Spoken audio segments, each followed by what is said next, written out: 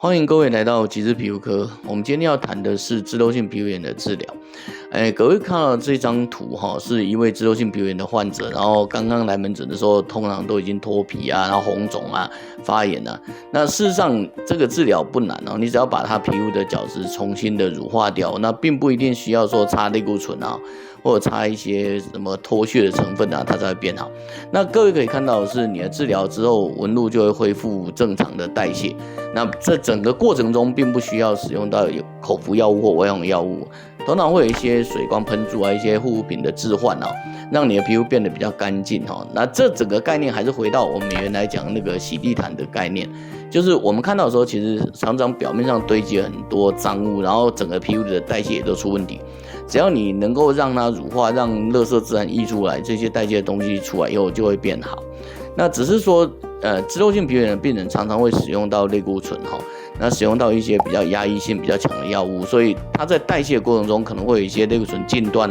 一些比较明显的红肿脱屑的现象。那这也是我们需要在治疗前先跟各位说明清楚。那如果各位能够理解的话，我们就准备进入比较愉快的治疗过程了。谢谢。那问一下蔡先生，你在这个机械毒之前，你的治疗史是怎么样？就你为什么会想要走机械毒？大概在7、8年前然后我皮肤开始有发现发红脱屑的情形，然后就求诊在附近的皮肤科医师。那他一开始就是开药物，然后让我擦药、吃药等等，然后但是就是一开始效果很好，然后最后每当换季的时候他都会就是再复发，然后在近几年来的时候状况越来越严重，只要擦药过一阵子一两个礼拜，它就会又再复发这样。那你前后找了几位医师？大概有将近快10位，有各个的比较有名的皮肤科医师都去看过。好，所以你治疗之后，你之所以会改到机械毒，主要的理由很简单，就是你发现它治疗之后，它的发作频率越来越短。是程度有越来越严重，还是说程度是一样，只是发作频率越来越短？发作频率短，程度有越来越严重的情形。OK， 所以就是说，有些东西从机械毒的角度来看，脂漏性皮肤炎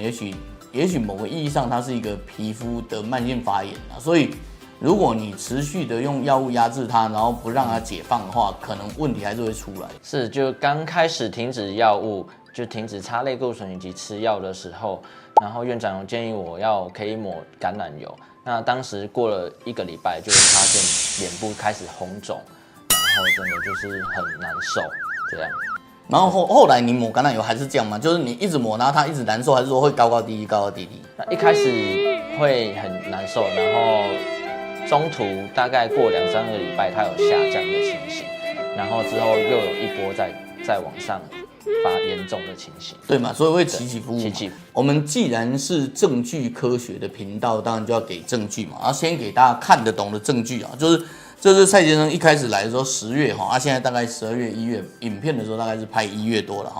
那各位可以看到他的脸就真的是有起一波然后下来，然后到这时候就好很多，然后大家可以看到今天的脸其实又上去就它其实是一波一波一波的。那从那个武士灯的状态来看，可以看到很清楚的，他脸上的角质有剥皮然后后来就又下来。那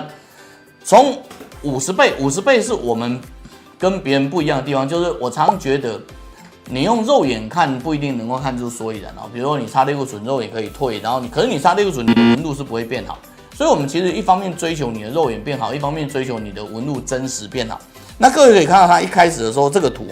是表皮脏脏的，然后很多颗粒堵塞，然后经过一段时间慢慢的吐更多东西，这里有你可以看到左上角这里有黏黏的，然后到这里黏黏有改善，然后到最后你可以看到的是纹路已经慢慢出来，就每一波下来以后你的纹路都会重建